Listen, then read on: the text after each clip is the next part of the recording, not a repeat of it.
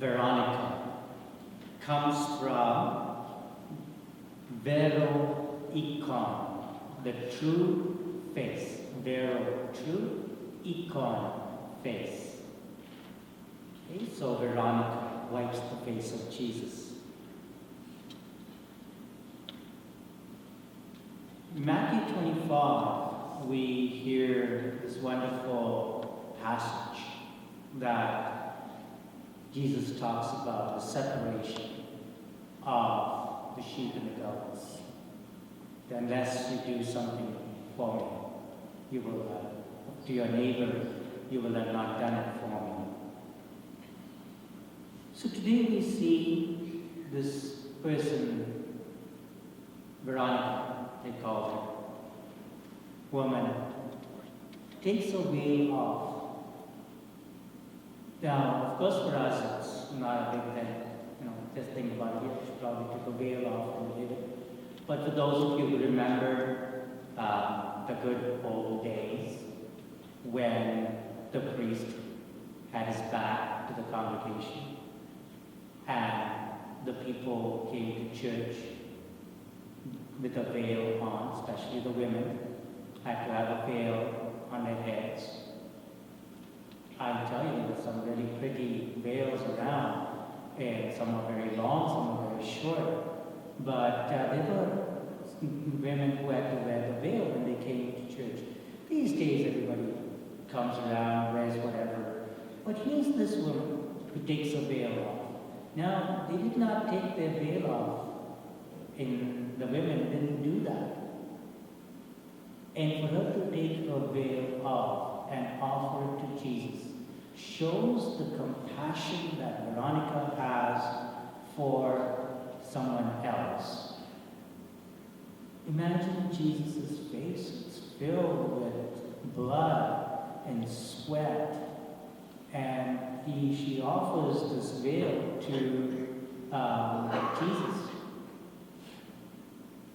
And Jesus repays her act of kindness with his face now being printed on that veil. Have you ever thought about what Veronica would have done with that veil when she saw it? Would she have covered her head again with it?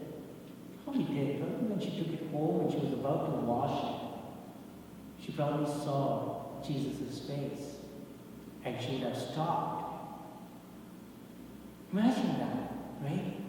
How many times when we're helping somebody and they turn around and give us this wonderful smile, say thank you, how did it make us feel? This is how Veronica would have felt. Today's society really does not look forward too much on helping somebody. Today there are some people who do, but today's society mostly has this. For the first 6 months of the year, mind your own business. For the next 6 months of the year, let others mind their own.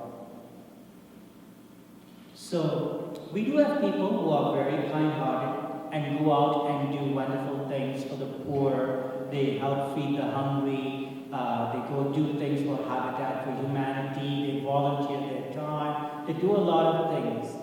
But can we do something in the silence of our hearts?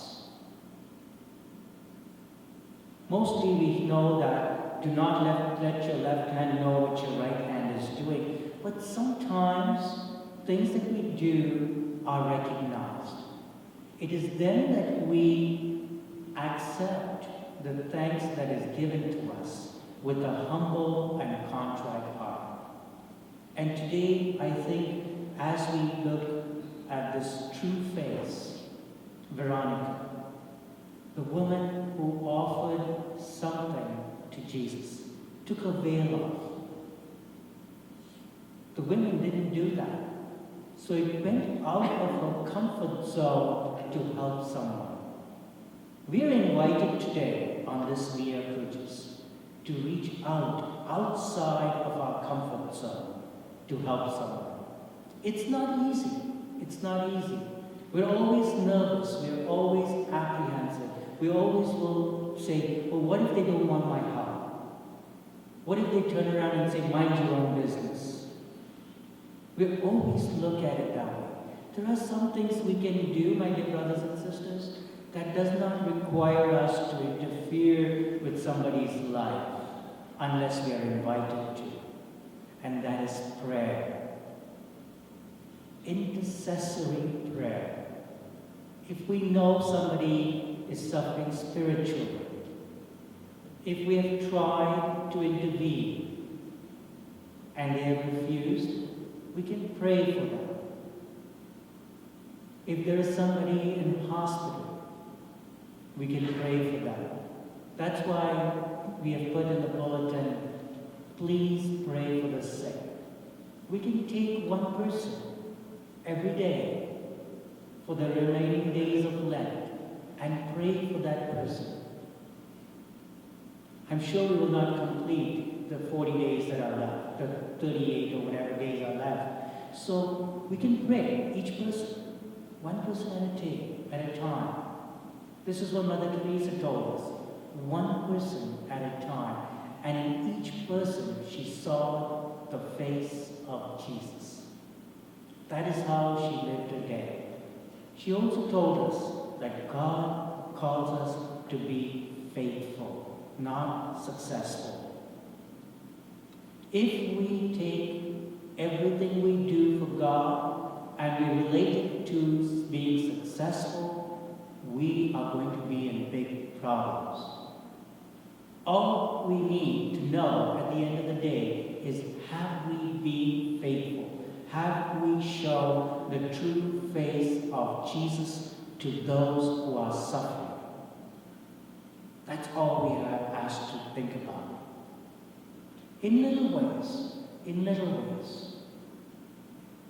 Saint Teresa, the child Jesus, gave us the little way. Every little thing we do, let us give praise and thanks to God. Let us show the people this is the true face of Jesus. Unless you did it to one of these least of my brothers and sisters, you didn't do it to me. So my dear brothers and sisters, as we reflect today on this 6th station, we pause a little bit and take a look at some of the things that we may have done or have failed to do. And we ask for the courage and the strength so that we may go back to those people and do what we were called to do. It's not going to be easy, but the way of the cross wasn't easy either. The Via Crucis is always going to be something that we will struggle with. But do not worry, at the end of it, we will not be crucified. But Jesus will raise us up once again.